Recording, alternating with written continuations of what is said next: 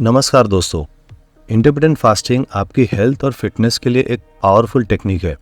इस वीडियो में आपको इसके बारे में सभी इम्पोर्टेंट इन्फॉर्मेशन पता चलेगी। ये क्या है, ये कैसे काम करता है और इसके बेनिफिट्स क्या है, इन सभी सवालों के जवाब इस वीडियो में दिए गए हैं। हम इस वीडियो में इंटरमिटेंट फास्टिंग के डिफरेंट टाइप्स और उसके बेनिफिट्स के बारे में डिस्कशन करेंगे। इसी के साथ हम इसके प्रिकॉशंस भी बताएंगे जो आपको ध्यान में रखनी चाहिए। यदि आप अपनी हेल्थ और फिटनेस को इम्प्रूव करने के लिए एक सिंपल और इफेक्टिव टेक्निक ढूंढ रहे हैं तो ये वीडियो आपके लिए है। इस वीडियो को देखें, लाइक करें और अपने दोस्तों के साथ शेयर करें ताकि वे भी इंटरमिटेंट फास्टिंग के बारे में जान सके।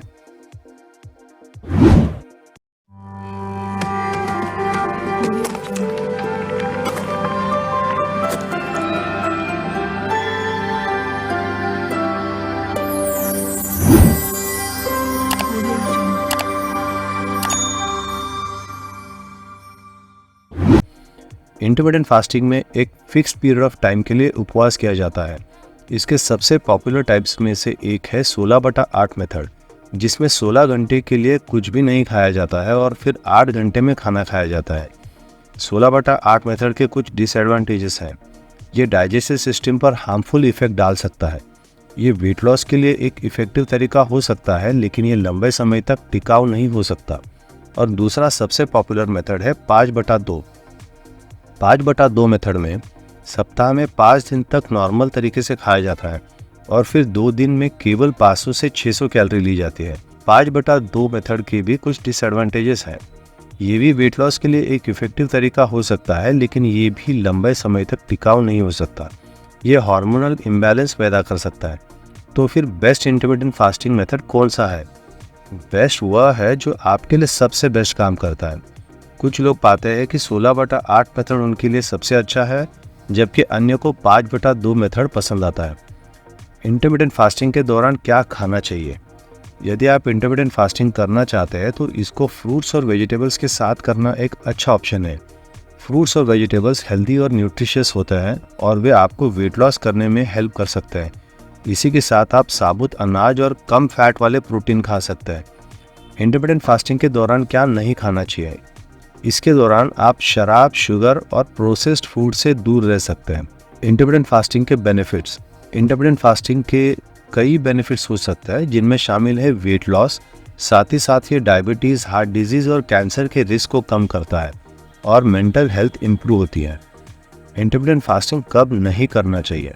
यदि आपकी कोई हेल्थ कंडीशंस है तो इंटरमिटेंट फास्टिंग करने से पहले अपने डॉक्टर से बात करनी चाहिए। ये 18 वर्ष से कम उम्र के लोगों, गर्भवती महिलाओं और स्तनपान करने वाली महिलाओं के लिए भी रेकमेंडेड नहीं है। इंटरमिटेंट फास्टिंग के अन्य मेथड्स। 16/8 और 5/2 मेथड्स के अलावा इंटरमिटेंट फास्टिंग के कई अन्य तरीके भी हैं। कुछ पॉपुलर मेथड्स में शामिल है ईट स्टॉप ईट। इस मेथड में आप सप्ताह में 1 या 2 दिन 24 घंटे तक उपवास करते हैं। Warrior diet. इस मेथड में आप सप्ताह में 20 घंटे तक उपवास करते हैं और फिर बचे हुए 4 घंटों में एक लार्ज मील खाते हैं। Like a day fasting. इस मेथड में आप सप्ताह में 1 या 2 दिन कम कैलोरी का सेवन करते हैं। उदाहरण के लिए आप केवल 500 से 600 कैलोरी खा सकते हैं। इंटरमिटेंट फास्टिंग के दौरान एक्सरसाइज। आप इंटरमिटेंट फास्टिंग के दौरान एक्सरसाइज कर सकते हैं, लेकिन आपको हार्ट रेट बढ़ाने वाले एक्सरसाइज को अवॉइड करना चाहिए। इसकी बजाय लो इम्पैक्ट वाले एक्सरसाइज कर सकते हैं, जैसे कि योग या चलना। इंटरमिटेंट फास्टिंग के साइड इफ़ेक्ट्स। इसके कुछ साइड इफ़ेक्ट्स हो सकते हैं, जैसे कि थकान, सिर दर्द, चिड़चिड़ापन, कॉन्स्टिपेशन, डायरिया। यदि आप इनमें से कोई भी साइड इफ़ेक्ट एक्सपीरियंस करते हैं तो अपने डॉक्टर से बात करें। इंटरमिटेंट फास्टिंग के लॉन्ग टर्म इफ़ेक्ट्स। इसके लॉन्ग टर्म इफ़ेक्ट्स पर अभी तक बहुत अधिक रिसर्च नहीं हुआ है। हालांकि कुछ स्टडी से पता चला है कि वेट लॉस में हेल्प कर सकता है और आपकी ओवरऑल हेल्थ इंप्रूव कर सकता है। इंटरमिटेंट फास्टिंग के लिए टिप्स। धीरे धीरे शुरू करें। यदि आप यूजुअली 3 मील्स और 2 स्नैक्स खाते हैं तो एक दिन में केवल 2 मील्स और 1 स्नैक खाने की कोशिश करें। फिर आप धीरे धीरे अपने फास्टिंग टाइम को बढ़ा सकते हैं।